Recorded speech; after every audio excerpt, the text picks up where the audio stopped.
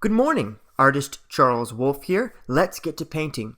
I'm going to take you step by step today through an easy and fun Impressionist style landscape. Even if you haven't painted that much before, you definitely can do this painting. It's not terribly difficult to do, and it's a lot of fun. So please join me and paint along. If you decide to do so, here are the supplies that you're going to need. You will need a space to paint that you don't mind maybe getting a little bit dirty. If you're concerned about carpeting or something like that, hardwood floors, be sure to put down some drop cloths. As invariably, we do drop a little paint now and again. Accidents do happen. Be sure to have an easel or a flat surface to work on. You will want a 6 by 18 inch canvas. That is a 3:1 ratio. If you can't find a 3:1 ratio, as they're a little bit more difficult to find at art supply stores, then a 2:1 ratio will also work. You will need a large and small bright brush, as well as a liner brush for this painting. And lastly, of course, you're going to need a palette. And some acrylic paint too. The colors you will be needing are titanium white, Mars black, cadmium yellow medium, ultramarine blue, and some raw umber today. Let's get right to the painting. To begin, take your large, bright brush, dip it into the water cup, and apply some water directly onto the canvas. Now, don't use too much, just a little bit should be just fine. If you add too much water, it will make the paint runny, and that's going to ruin the effect what we're going for. We want it to be rich and creamy and have a good amount of coverage. Take the ultramarine blue and some titanium white, mixing them a little bit onto your palette. Mostly we're going to be mixing on the canvas and not on the palette. So we're going to grab about 2/3 ultramarine blue and about 1/3 titanium white. We're going to use very small brush strokes in a downward sort of diagonal fashion. We're going to keep our brush moving. We want very active brushwork for this Impressionist style landscape painting, creating a layered feather look.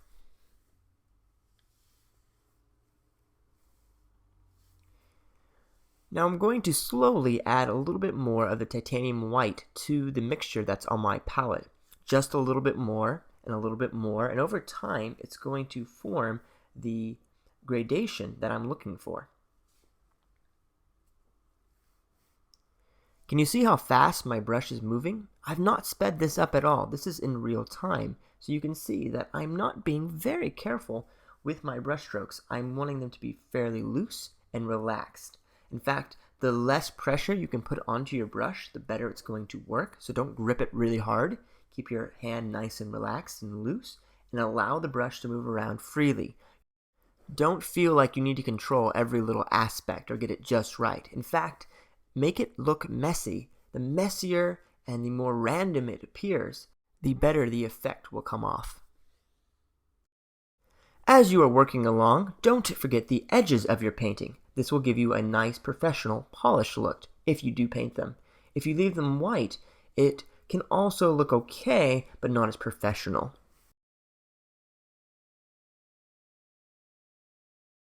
Like I said, we're going to be varying the amount of blue and white, and I'm going to be adjusting things on the fly.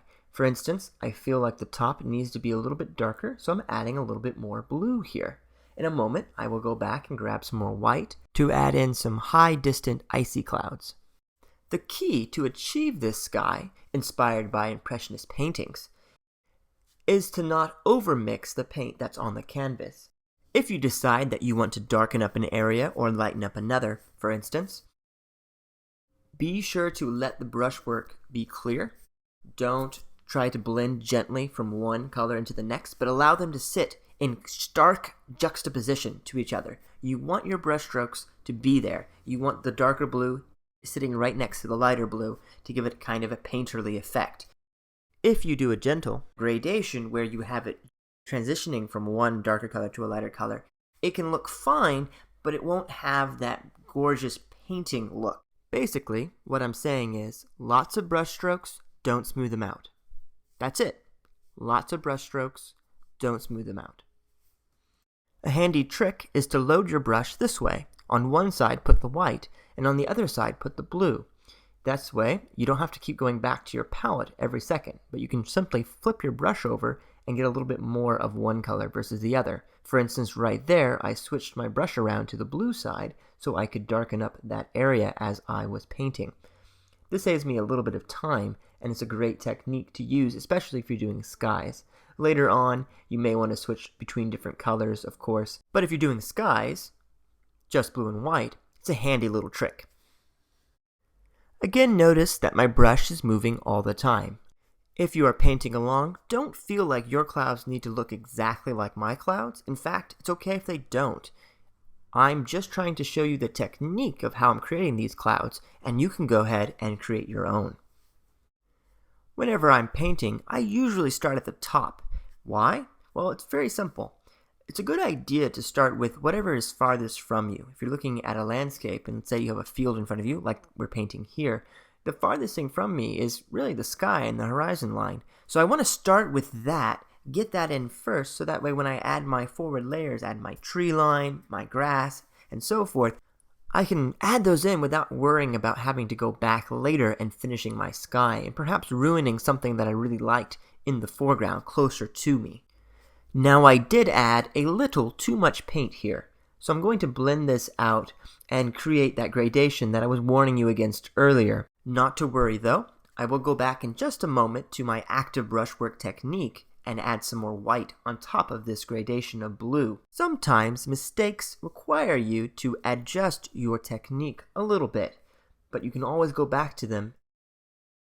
One thing that's great about acrylic paint is that it dries so very quickly. If you find that as you're painting you don't like a section, or you made a mistake, or perhaps you did a gradation and didn't have the brushwork active enough, it's not a big deal. You can take a hairdryer, you can dry it off, it'll dry in 5 to 10 minutes, then you can go back and add some paint right on top. I was painting live at a conference fairly recently. I was creating a landscape not too dissimilar to this one. I had painted some clouds in that were stormy and dark, and they just didn't look quite right in my painting, which was fairly sunny otherwise. And I decided that I didn't like them. So what you can do if you find you don't like your clouds is that you can always add a little bit more of the darker blue on top of the cloud that you don't like. Here, let me show you. I'm going to add some ultramarine blue right here, blending it very slightly upward and then back down. And you can see I've already added some more dimensionality and interest to the right half of my painting just by changing that one aspect of my sky. I'm also going to add some of the darker blue down below as a contrast color to the white that I will go back and add in.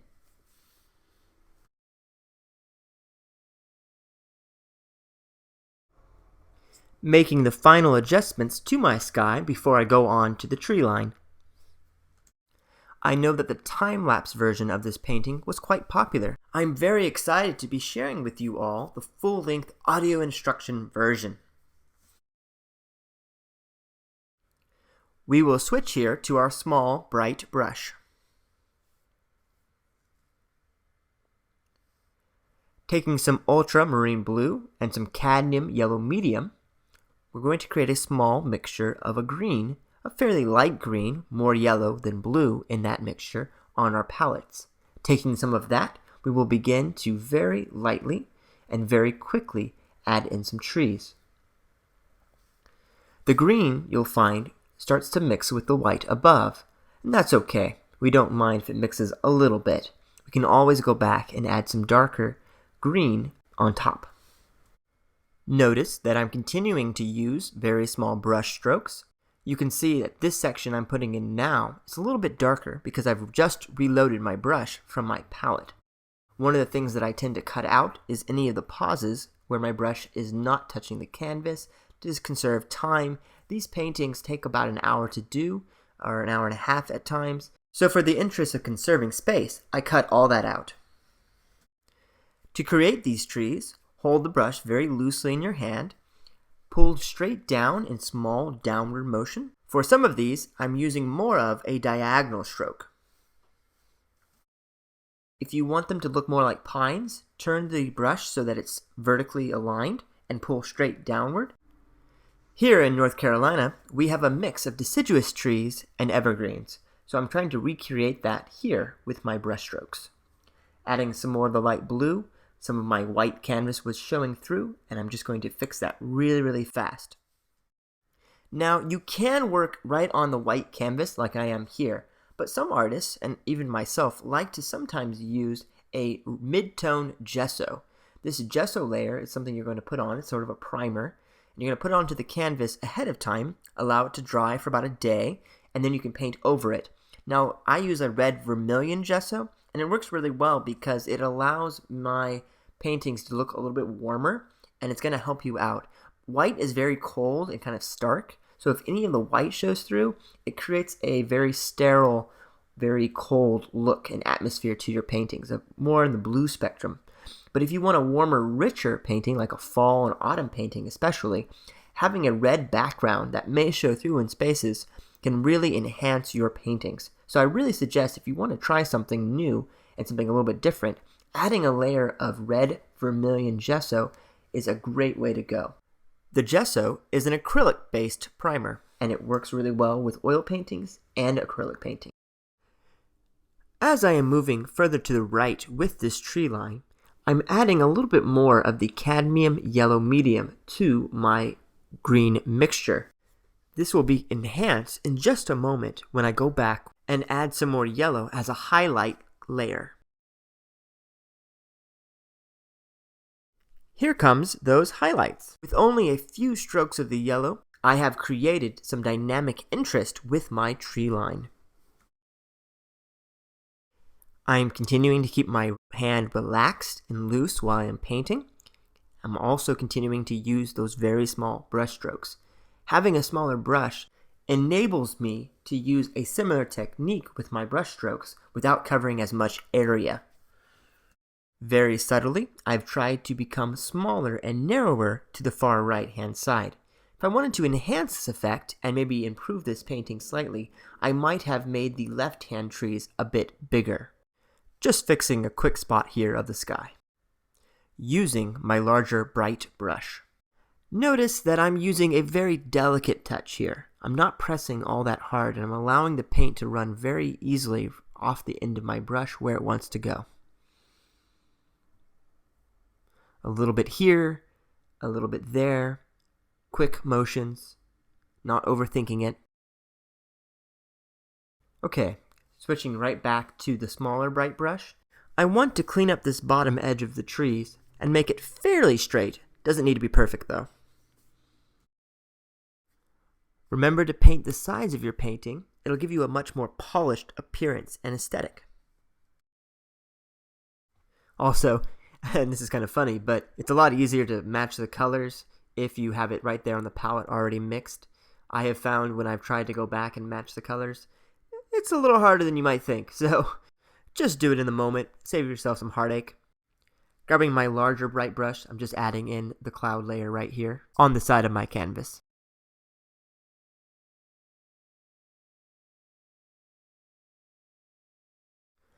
Now that this patch of excess paint has dried a bit, I'm going to go back and add a few more strokes of the lighter white and add another nice little cloud here. Oh yeah, that looks a lot better. To get a lighter green for your trees, take some cadmium yellow medium and the smallest little dab of ultramarine blue. Again, using some brush strokes straight down, very active, keep the brush moving. I'm choosing in certain spots to make these trees a little bit taller as I feel it.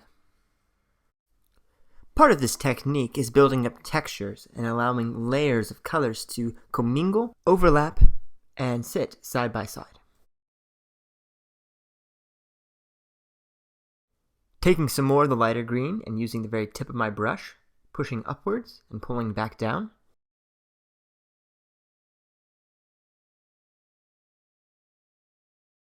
I'm adding some darker colors in front here, trying to better define that line of trees there. Much of the trees on the right-hand side are going to be covered up by some foreground trees. So basically, it doesn't need to be perfect. We just need to get the suggestion and the impression of that tree line. While I'm awed by photorealistic paintings and am just blown away by the amount of detail that they can to their paintings, I know that for a beginner, it's often overwhelming to try to reach that level of realism. This is why I'm suggesting that you start with a looser, more abstracted or impressionist style. I added a touch of blue to my green mix, and I'm going to add some shadows in front of some of these lighter trees. Back to the highlight color of light green, add more cadmium yellow medium. It's very easy in painting to start fussing over the little details and trying to make small little adjustments. If you find yourself doing this, that's a good indication that you've finished a section and should go on. There's nothing wrong with later coming back and maybe fixing a few things here and there, but try not to get caught up in one section or in one area for too long. In the time that you spent on just this one part, you could have already finished the painting. Using my dirty brush, I grab a huge dollop of cadmium yellow medium, pure yellow, and toss it right down there as a base color underpainting for my field. Because the brush is dirty, it will be darker in certain areas. Again, we're using the same technique as the sky. Quick, little brush strokes in a downward direction. We want the brush to keep moving, blocking in the top of this field. Taking my dirty brush, I dip it into the ultramarine blue. This will give me a darker color, a much richer, darker green, and I'm going to block in the beginning of this hill on the right-hand side, where my foreground trees can rest. Parts of this hill are green, but parts of it are pure blue. Back to the cadmium yellow. Right now I'm working out where the top of this hill is going to be. I believe that I end up shifting it upwards a little bit higher. I'm moving very quickly, just trying to blend lighter yellow into the blue to create the green. I want this forward hill to be darker, trying to figure out exactly what angle I want this hill to be. As you can see, I felt like I wanted a longer slope, so I've added that in here, grabbing some more of the blue.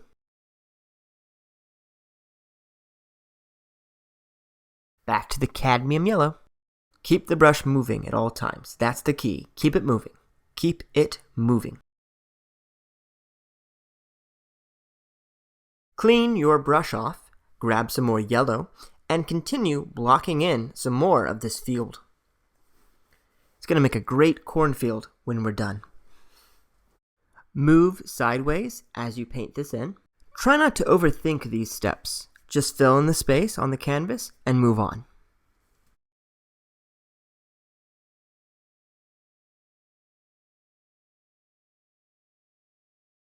Adding some highlight to that back tree, defining the top of this hill a little bit better. Students often ask me, what colors do I need to buy to get started in painting? You really only need to buy 5 colors: black, white, and the 3 primaries, red, yellow, and blue. You really can mix all the other colors just with these 5 colors to start with. I also recommend that you purchase some raw umber, which is an earthy tone that you can mix and create, but it looks better if you buy it from the tube. I sometimes also get asked, what kind of paint should I buy? Well, that depends on what you're painting, and it also depends on what you can afford.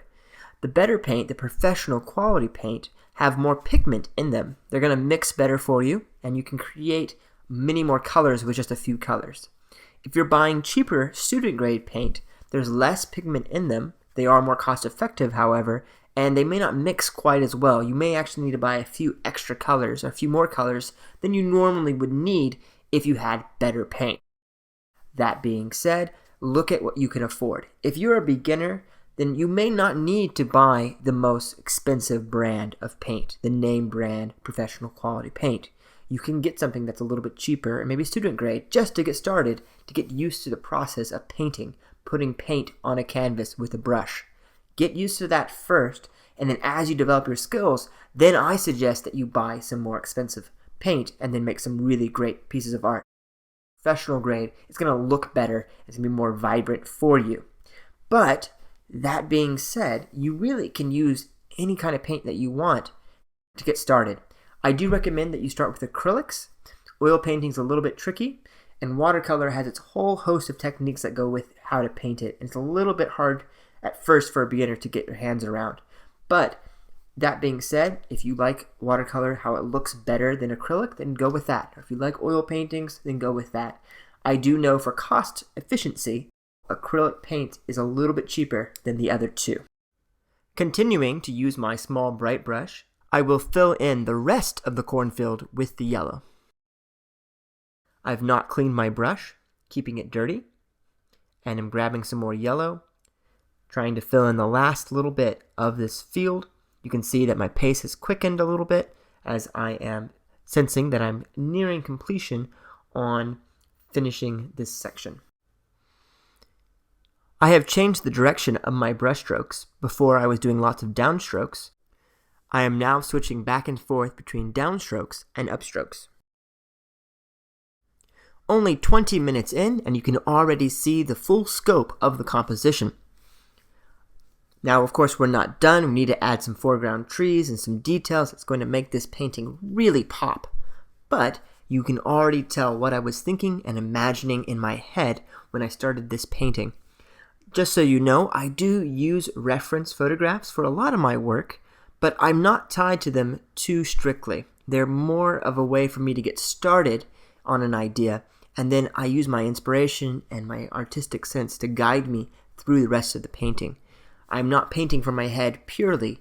I'm using photographs to springboard my inspiration, and once I have an idea, maybe cobbled from several different photographs, then I will create a piece from that. It's just fine to use photographs to paint. That said, if you're creating a piece that's going to be impressionistic like this, you should be careful not to get too caught up in all the little details.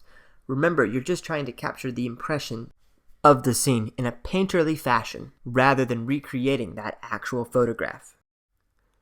Now that I have the yellow underpainting finished for this field, I'm bringing in some darker green for contrast. I'm using lots of upstrokes, sort of indicating parts of the plants and the bottom of stalks, things of that nature. You can interpret it as you will. There's a great reminder at the top. Keep the brushwork active and always moving. If you find that you get carried away with the darker green, just grab some more yellow and put it right over the top. If that doesn't work, you can always take a hairdryer, dry it off, and then add some yellow on top of that. Not a big deal, easy to fix. Acrylics are amazing that way. At the top here, I've decided to bring in more of the yellow, like you would see in a cornfield.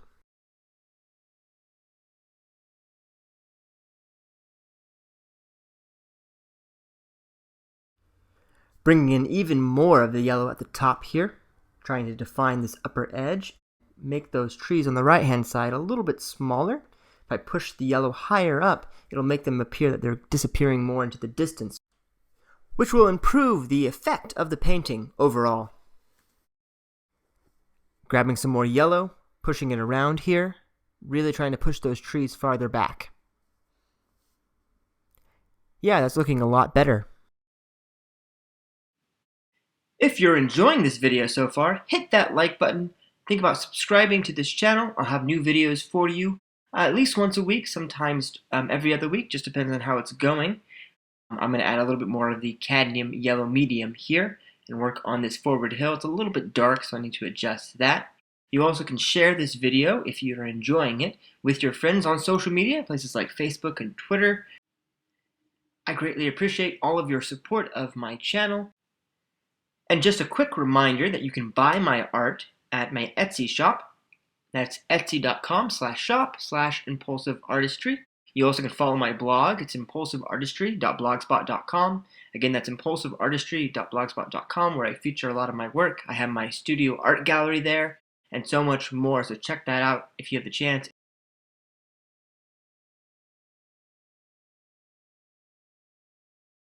Lifting upward with all of these strokes with the cadmium yellow. Blending this a little bit together. Again, we want very active strokes. I don't want to overmix and overblend, so I'm being very careful not to do so. Bringing in some lighter colors, and I'm trying to create a nice transition from the brighter yellow into the darker hill. A little more yellow here, and then back to the green. Extending that hill further down to the left with the darker color, and with just a few little changes and a few little darker spots here and there, you can immediately make a connection from the right all the way over to the left-hand side.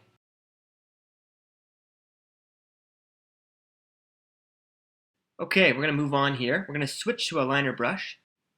Put some raw umber onto your palette, and then dip your brush into your water cup and mix a little bit of water into the raw umber. We're looking for the consistency of ink. You don't want it to be too wet, and the paint should flow very smoothly right off the tip of your brush. Using a very delicate touch, barely pressing the bristles to the canvas. Just trying to figure out where I want to put these lines here. And the raw umber works pretty well as a good tree color. If you feel like it's a little bit too brown, we can adjust it by adding a little bit of a white and raw umber mixture as a highlight color. Now in this painting, I don't believe I did that, but in other paintings I have, and it looked great.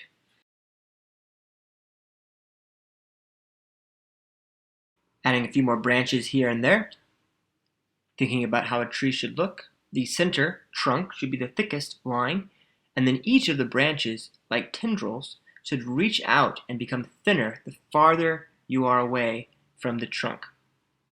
Adding a second tree in the back there. And it's a good idea to have one of the branches from the first tree overlap the second, and vice versa, having one of the branches from the second kind of cut behind the first tree. It helps add to the illusion of depth.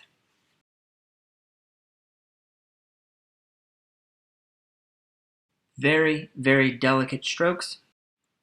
When I'm loading my brush, I tend to pull it in one direction. You also can try rolling it in a circle and see if you can get a better point with that technique. Basically, you want a sharp point to draw the delicate lines needed. As I am applying the brush to the canvas, I'm very gently rolling it to the side as I'm pulling outward so that the paint will run off the bristles onto the canvas.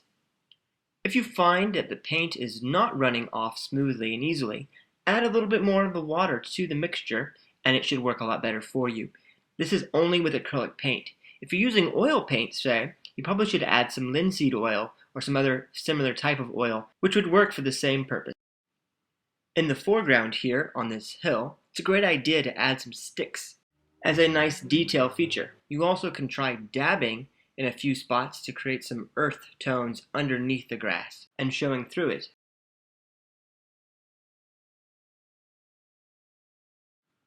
Adding some more of the earthy umber to this hill, using the side of my liner brush, pulling upwards most of the time. Notice that on that hill, the lighter areas really stand out against the dark. And that's one of the key foundational ideas of painting, is that you can't see the light without the dark. You need a darker area for the lighter area to seem bright and vibrant. Pulling upwards, putting in a few more twigs here in the front. Dabbing it here and there. Trying to vary it a bit.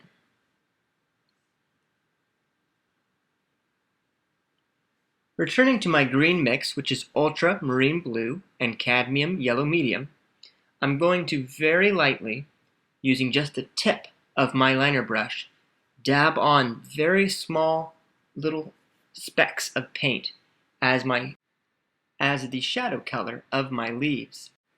I will do this repetitively until I have built up a nice texture. When you're doing this, make sure that you leave plenty of gaps in between the little dots and specks and dabs, whatever you want to call them, so that the sky that you've created that looks so nice and beautiful still shows through a bit. We are continuing to build up the texture here. If you step outside and look at a solitary tree, You can look at its leaves and you'll notice that much of the sky will show through. When trees are clumped together, that's when you get the layering effect where you can't see the sky anymore. But when they're by themselves like this, you can see through it. Keep this in mind when you're working on this part of the painting. This is a tricky bit, so be very careful and try not to overthink what you're doing, but also don't get too carried away with it because it can become a dark, globby mess. Very light, delicate strokes, look for balance, things of this nature. Also note that where the two trees are overlapping is going to be denser because you have more leaves in between you and the sky. Make sure that you reflect this when you are adding in these leaves. Just like the field and the sky, keep your liner brush moving. Remember to keep tapping. We want little tiny specks. Try not to get too big with them. And mostly just have fun with this part. It's a lot of fun to add in these leaves. Keep in mind that we're not trying to draw every single one individually, but just the suggestion of the whole, an impression.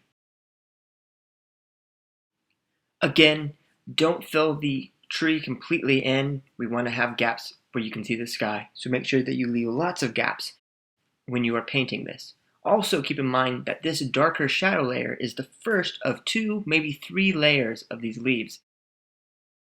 So it is going to be thicker as we go along. For instance, right here, we're going to be adding some cadmium yellow medium as a highlight color to the right-hand side of the trees. And so as we're working forward here, continuing to layer and build up texture.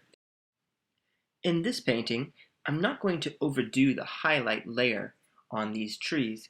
I just want a subtle suggestion of some lighter patches. So I'm going to do this very gently and not very heavily at all, just a few spots here and there. Throughout this, I'm continuing to keep the brushwork light. My grip is very relaxed on the brush itself, and I'm just tapping very lightly with the tip of my liner brush. An alternative to the multitude of strokes that I'm having to create with my liner brush would be to use my small bright brush. Now the effect would be very different. The process would be similar, a darker layer of green, a lighter layer of yellow for the highlights, so overall it wouldn't be that different of an approach. That being said, I really like the way that this technique looks. It may take more time in the long run, but I believe it is well worth the effort.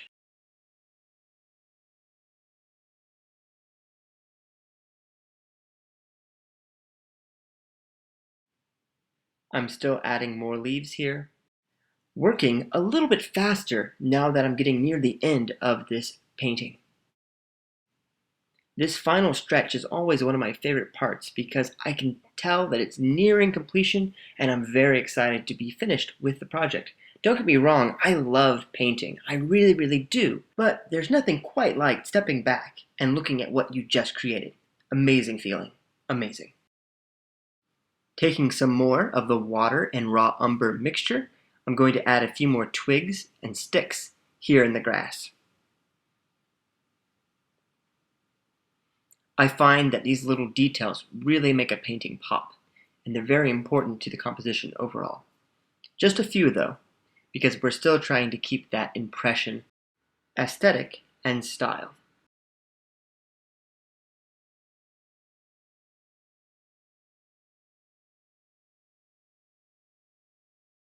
Taking my green mix, I begin to add some trees in the far distance.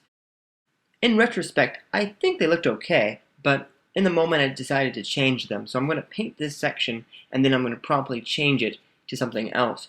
If you like the way it looks, then by all means copy along right here. If you don't want it to look this way, then you can just wait a moment and I will show you how I end up actually finishing this piece. Like I said before, acrylic painting is so forgiving. You can always go back and change something at a later time, which is why I like to recommend it for beginning painters. It's a great medium to work in, and it's very forgiving.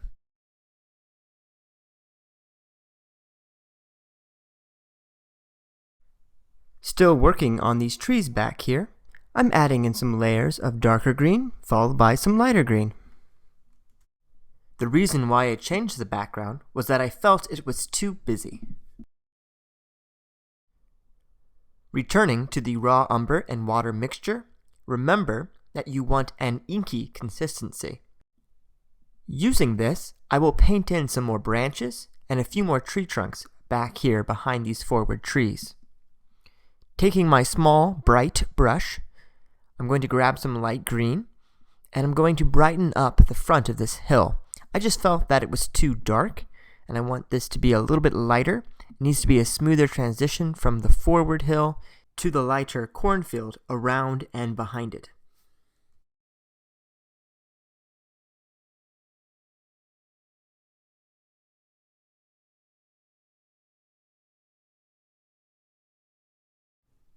Like I mentioned before, I did change my mind about these back trees, so I just took some paper towel and I scraped off the excess paint and then applied a layer of the light blue with a clean Filbert brush that I had on hand.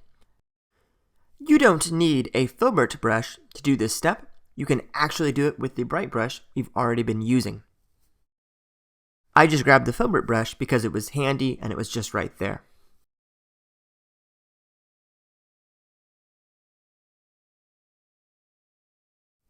Going to lighten this sky up with some white, making the blue a little bit lighter. Trying to match the cloud color on the left-hand side of the painting.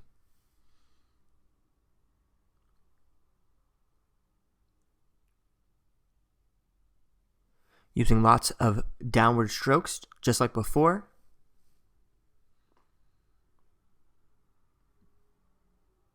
Blending it together a little bit.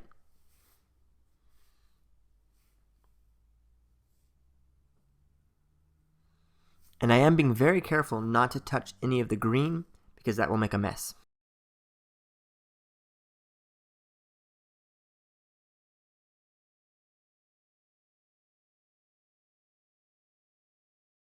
Making a few adjustments on the left-hand side of the tree so there's a better transition to the right-hand side. And you know what? I think I need a bit more white, so I'm going to add that in here. Yeah, that's looking a lot better, I think.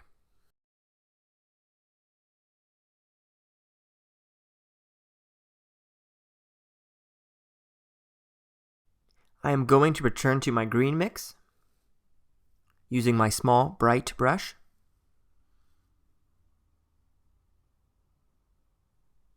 Adding in a few more strokes in the back for that tree line. Mostly, these are small adjustments to my foreground, trying to finish the last parts of this grassy hill. Returning to the raw umber and water mixture, putting in a few more trunks back there. Trying to finalize this row of trees, perhaps on the edge of an orchard. There is a fine line between adding details and becoming obsessive. I'm skirting the edge, to be honest, so be careful in these final steps. Just adding a few indications of some darker, umbery, earthy tones underneath some of these trees.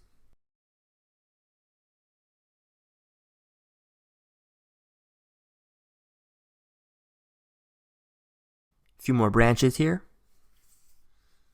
Using just the tip of my liner brush.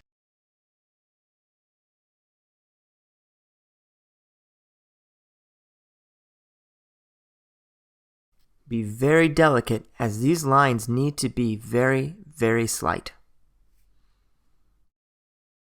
Remember that they need to trail away and become smaller the further you are from the main trunk. Of course, these are younger trees.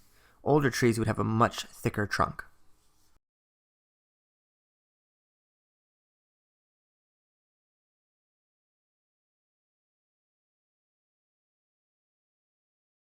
Returning to my light green mixture, trying to brighten up the back trees there a little bit, where the sun is hitting them. A little bit more of the mid-tone green there in the back.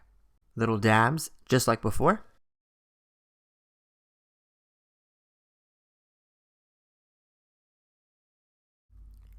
This piece is really coming together. I had a great time painting it today. It's not terribly difficult to do, and it would make a great decor or conversation piece in your own home, so I really hope that you do try to paint this work. Almost done with this one. A few more indications with the raw umber. Nice little twig there. Pulling upwards.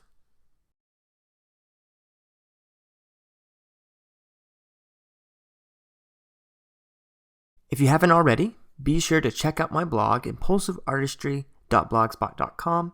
You'll find great articles about painting, about being creative. I have guest artist features all the time from around the world, and much, much more.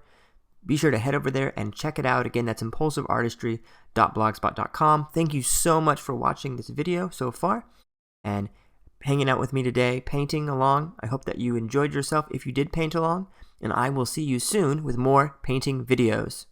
Thanks.